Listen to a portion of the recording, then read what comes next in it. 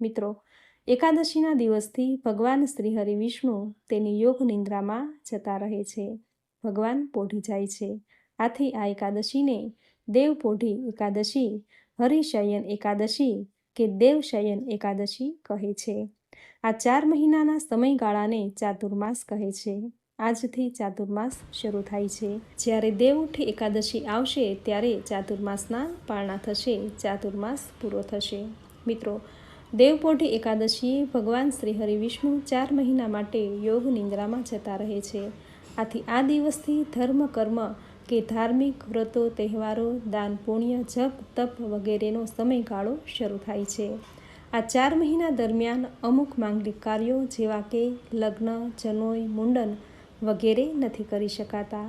પરંતુ આ સમય દરમિયાન પૂજા, અનુષ્ઠાન, નવા ઘરમાં ગ્રહ પ્રવેશ, નવા વાહનની ખરીદી કરવી, સોના ચાંદીની ખરીદી કરવી, માલ મિલકતની ખરીદી કરવી, સગાઈ, શ્રીમંત વગેરે શુભ કાર્યો કરી શકાશે. આથી દેવપોઢી એકાદશીનું મહાત્મ્ય અતિ ઘણું છે. આ એકાદશીને સૌભાગ્યદાયીની એકાદશી પણ કહે છે. પદ્મપુરાણમાં કહ્યું છે કે આ એકાદશીનું વ્રત કરવાથી જાણતા અજાણતા થયેલા પાપ નાશ પામે છે. આપણા ઋષિમુનિઓએ મનુષ્યના પાપ પુણ્ય, સ્વર્ગ નર્ક આદિનો વિચાર કરીને મનુષ્યને સારા માર્ગે ચાલવા, સારા કર્મો કરવા, વ્રત જપ તપ આદિ કરવા સૂચન કરેલું છે. તેમાંનું એક છે એકાદશી. એકાદશી કે 11, જે દર મહિને 2 વાર આવે છે, સુદ પક્ષમાં અને વદ પક્ષમાં. વર્ષની 24 એકાદશી, અધિક માસ હોય ત્યારે 2 એકાદશી વધારે હોય છે. એમ કુલ મળીને 26 એકાદશી આવે છે. આ દરેક એકાદશીનું પોતાનું આગવું મહત્વ છે. તેમાંયે અષાઢ માસના શુક્લ પક્ષમાં આવતી દેવશયની એકાદશી પાપનો નાશ કરી પુણ્ય દેનારી છે. દેવશયની એકાદશીના દિવસે જગતના પાલનહાર ભગવાન શ્રી હરિ વિષ્ણુ ક્ષીરસાગરમાં વિશ્રામ કરવા માટે ચાલ્યા જાય છે. 4 માસ સુધી ભગવાન શ્રી નારાયણ યોગ નિંદ્રામાં પોઢે છે. ત્યારે ભગવાન મહાદેવ આ જગતનો કાર્યભાર સંભાળે છે. ભગવાન શ્રી હરિ વિષ્ણુ શયન મુદ્રામાં હોય છે. આ 4 મહિનાના સમયગાળા દરમિયાન ભગવાન ભોળાનાથ મહાદેવની સાથે મા પાર્વતીની આરાધના કરવામાં આવે છે. આ 4 મહિનાના દરેક વાર તહેવારોમાં પ્રકૃતિની પૂજા કરાય છે. આથી અષાઢ માસના શુક્લ પક્ષમાં આવતી દેવશયની એકાદશીનું મહત્વ ઘણું છે. આ વ્રત 3 દિવસનું હોય છે: દશમ, 11 અને 12. દશમના દિવસે શુદ્ધ સાત્વિક આહાર લઈ એકટાણું કરવાનું હોય છે. એકાદશીના દિવસે ભગવાન શ્રી હરિ વિષ્ણુની પૂજા આરાધના કરવાની હોય છે. ફળાહાર, પૂજાપાઠ, મંત્ર જપ કરી વ્રતની કથા સંભળાય છે. એકાદશીના બીજા દિવસે વ્રતના પારણા કરવા. આમ 3 દિવસનું આ વ્રત હોય છે. મિત્રો, આ એકાદશીથી ચતુર્માસ શરૂ થાય છે. તો જેમણે 4.5 મહિનાની 11નું વ્રત કરવું હોય તો તેમણે 4.5 મહિના સુધી એકાદશી વ્રતનું જાગરણ કરવાનું હોય છે. ચાતુર્માસ દરમિયાન જે એકાદશી આવે છે, આ દરેક એકાદશી મોક્ષ પ્રાપ્તિ માટેની હોય છે. આથી આખા વર્ષની એકાદશી જો ન થઈ શકે તો ચાતુર્માસની એકાદશી જરૂર કરવી. ચાતુર્માસની એકાદશી, જેને 4.5 મહિનાની 11 કહે છે, જે દેવપોઢી એકાદશીથી શરૂ થઈ દેવ ઉઠી એકાદશી કે પ્રબોધિની એકાદશીએ આ વ્રત પૂર્ણ થાય છે. મિત્રો, હવે જોઈએ દેવપોઢી એકાદશી વ્રતની પૂજન વિધિ. એકાદશીના દિવસે પ્રાતઃકાળે વહેલા ઉઠવું. આ દિવસે ગંગા સ્નાન કે પવિત્ર નદી કે જળાશયમાં સ્નાન કરવાનું મહાત્મ્ય છે. જો ગંગા સ્નાન, પવિત્ર જળાશયમાં સ્નાન ન કરી શકાય તો ઘરે રહીને જ નહાવાના પાણીમાં ગંગાજળ ઉમેરી સ્નાન કરવાથી ગંગા સ્નાન કર્યા જેટલું જ પુણ્યફળ પ્રાપ્ત થાય છે. આમ સ્નાન કાર્યથી પરવારી પવિત્ર વસ્ત્રો ધારણ કરવા. ભગવાન સૂર્યનારાયણને જળનું અધર્ય આપવું. ઘરના ઉંબરાનું પૂજન કરવું. તુલસી ક્યારે જળ સિંચવું. ભગવાન શ્રી હરિ વિષ્ણુની મૂર્તિ જો હોય તો શુદ્ધ જળ, પંચામૃત, ગંગાજળથી સ્નાન કરાવવું. જો મૂર્તિ ન હોય તો ઘરમાં રહેલા ભગવાન શ્રી હરિ વિષ્ણુના કોઈ પણ અવતાર, શ્રી કૃષ્ણ કે બાળ ગોપાળની મૂર્તિ કે ફોટાની પૂજા કરવી. પૂજામાં ધૂપ, દીપ, પીળા પુષ્પ, ચંદન, તુલસી, લવિંગ, સોપારીથી પૂજા કરવી. પૂજા સમાપ્ત થયે ઓમ રીમ શ્રી લક્ષ્મી વાસુદેવાય નમઃ મંત્રનો જપ કરવો. દૂધ, દહીં, મિશ્રી, માખણ કે કોઈ પણ મીઠાઈ ધરાવવી. આરતી સ્તુતિ કરવી. આ દિવસે શ્રીમદ ભાગવદ્ ગીતા, લક્ષ્મી સ્તોત્ર, કનકધારા સ્તોત્ર આદિના પાઠ કરવા. આ દિવસે વ્રતનું મહાત્મ્ય દર્શાવતી કથા જરૂર સાંભળવી. જો વ્રત ન થઈ શકે તો કથા સાંભળવા માત્રથી જ વ્રત કર્યા જેટલું જ પુણ્યફળ પ્રાપ્ત થાય છે. મિત્રો, જેને ઉપવાસ કરવો છે પરંતુ ઉપવાસ કરી શકવા સમર્થ નથી, તો તેમણે મન અને વાણીથી પવિત્ર રહીને પણ એકાદશી કર્યા જેટલું જ પુણ્યફળ પ્રાપ્ત થાય છે. આ દિવસે જૂઠું બોલવું, કોઈની નિંદા કરવી, કોઈને કટુ વચન કહેવા, કોઈનું અપમાન કરવું વગેરે કાર્યો ન કરવા. ગાયને લીલો ઘાસચારો ખવડાવો, ઘરની બનાવેલી રોટલી ખવડાવી, કૂતરાને રોટલી, પક્ષીને દાણાચણ, કીડીને કીડિયારું પૂરવું, બ્રાહ્મણને દાન દક્ષિણા આપવી, જરૂરિયાતમંદને જરૂરી ચીજ વસ્તુ આપવી. આ દરેક કાર્યો કરવાથી શ્રી હરિવિષ્ણુ પ્રસન્ન થશે. એકાદશી કર્યાનું પુણ્ય અનેક ગણું વધી જશે. ગરીબ ભૂખ્યા બાળકોને ભોજન કરાવવાથી દરિદ્ર નારાયણ રાજી થશે. આમ પૂરી શ્રદ્ધા અને ભક્તિભાવથી આ દરેક કાર્યો કરવાથી એકાદશી કર્યા જેટલું જ પુણ્યફળ પ્રાપ્ત થાય છે. તો મિત્રો, આ હતું દેવપોઢી એકાદશીનું મહાત્મ્ય, પૂજન વિધિ. અને હવે સાંભળશું દેવપોઢી એકાદશી વ્રતની કથા. બોલો ભગવાન શ્રી હરિ વિષ્ણુની જય. યુધિષ્ઠરે ભગવાન શ્રી કૃષ્ણને પૂછ્યું, હે કેશવ, અષાઢ માસના શુક્લ પક્ષમાં જે એકાદશી આવે છે એનું નામ શું છે, એની વિધિ શું છે, તે મને વિસ્તારપૂર્વક કહો. ભગવાન શ્રી કૃષ્ણે કહ્યું, હે રાજન, આ એકાદશીને શયની એકાદશી કહેવામાં આવે છે. એને દેવશયની અને દેવપોઢી એકાદશી પણ કહે છે. તેનું વર્ણન હું કરું છું, તે સાંભળો. એ 11 મહાપુણ્યદાયી તથા મહાપવિત્ર હોય, સ્વર્ગ તથા મોક્ષને આપનારી છે. બધાય વ્રતોમાં આ ઉત્તમ વ્રત છે, તેમજ મનુષ્યના બધા જ પાપોનો નાશ કરવાવાળી છે. વળી છે શયની એકાદશીનું વ્રત કરીને જેણે કમળના પુષ્પોથી કમલનયન ભગવાન શ્રી વિષ્ણુનું પૂજન કર્યું છે, એમણે ત્રણેય લોક અને ત્રણેય સનાતન દેવો બ્રહ્મા, વિષ્ણુ અને મહેશનું પૂજન કરી લીધું છે એમ જાણવું. વળી આ શયની એકાદશીને દિવસથી મારું એક સ્વરૂપ રાજા બલીને ત્યાં રહે છે અને બીજું સ્વરૂપ ક્ષીર સાગરમાં શેષનાગની શૈયા પર યોગ નિંદ્રામાં સૂઈ રહે છે.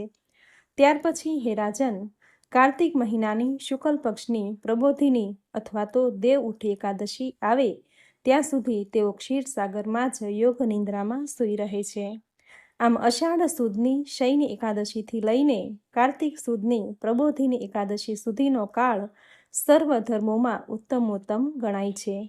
આ સમય દરમિયાન મનુષ્યે પોતાના ધર્મનું શ્રદ્ધાપૂર્વક આચરણ કરવું જોઈએ. વળી આ સમય દરમિયાન મનુષ્ય કોઈ પણ વ્રત ખરા મનથી કરે છે તો તે પાવન થઈ જાય છે અને તે પરમ શ્રેષ્ઠ ગતિને પામે છે, તેમાં સંશય નથી.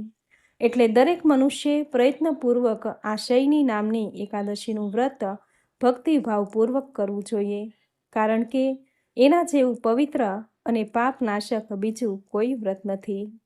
એ શયની એકાદશીને દિવસે શંખ, ચક્ર, ગદા અને પદ્મ ધારણ કરનારા દેવોના દેવ ભગવાન શ્રી નારાયણ ક્ષીરસાગરમાં શયન કરે છે.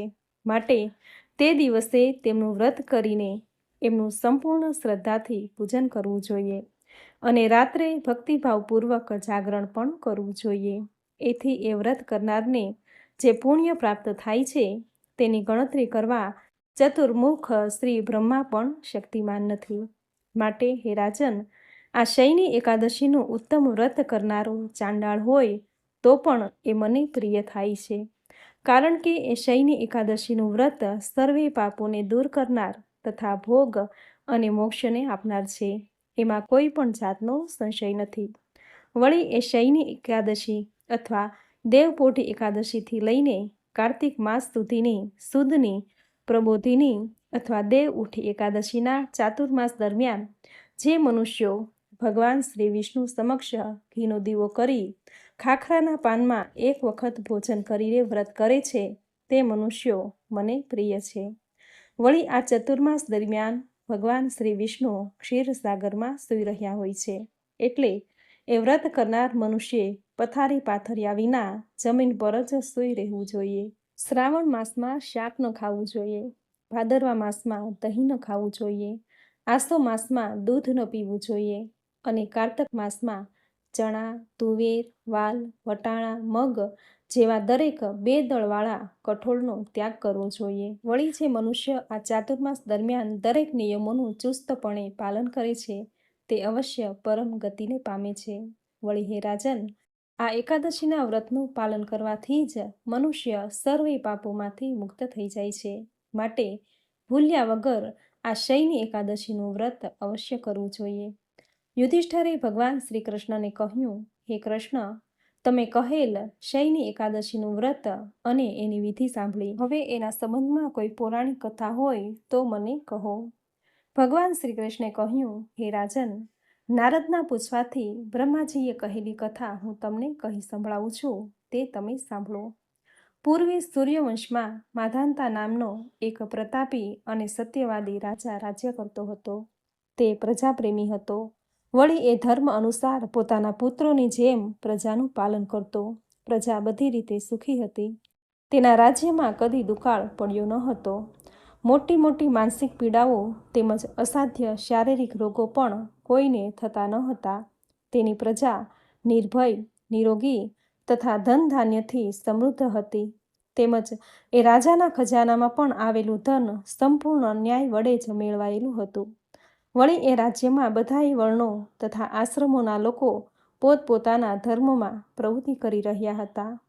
વળી એ માધાંતા રાજાના રાજ્યની ભૂમિ પણ કામધેનુ જેવી ફળ આપવાવાળી હતી.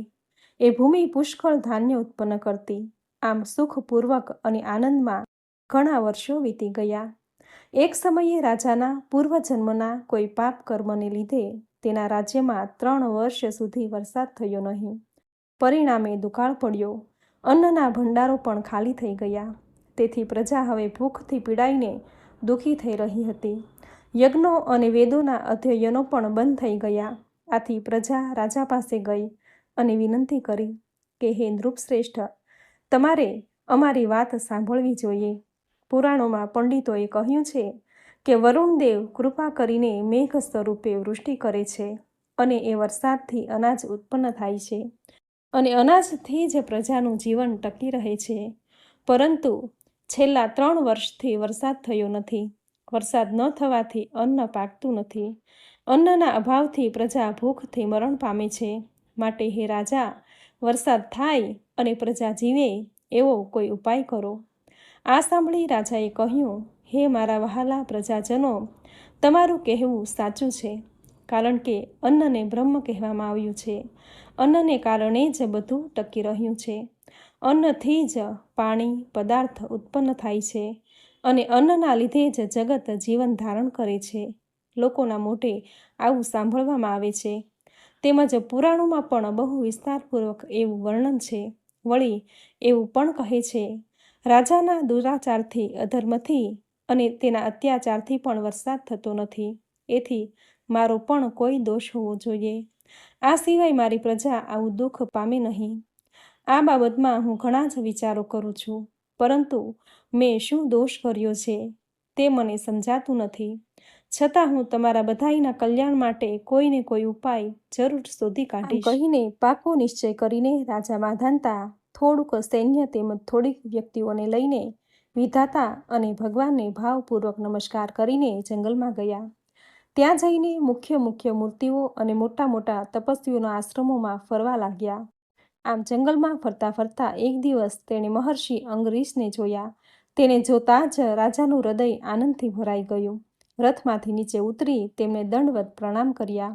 આથી મહર્ષિ અંગરીશને ઘણો જ આનંદ થયો. ઋષિએ તેમને વનમાં આવવાનું કારણ પૂછ્યું.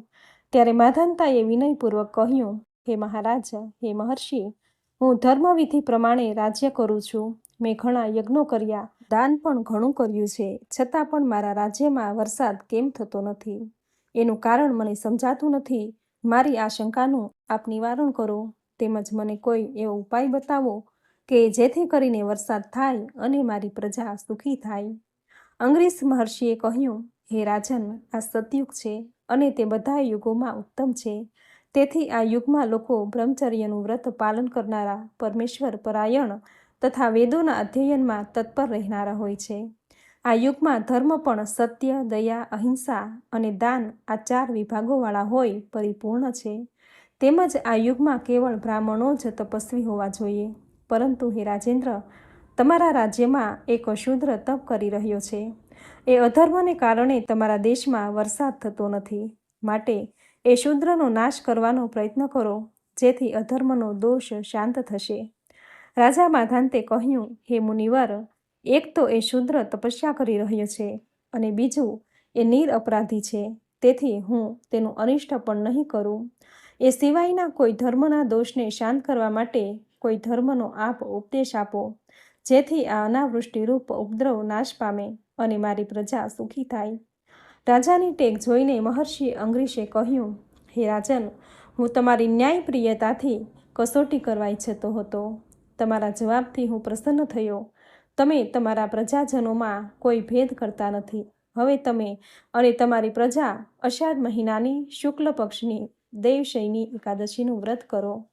તેનાથી બધા ઉપદ્રવો શાંત થાય છે, સર્વે સિદ્ધિઓ પ્રાપ્ત થાય છે અને તેના વ્રતના પ્રભાવથી વરસાદ થશે, ધન ધાન્યના ભંડારો ભરપૂર રહેશે.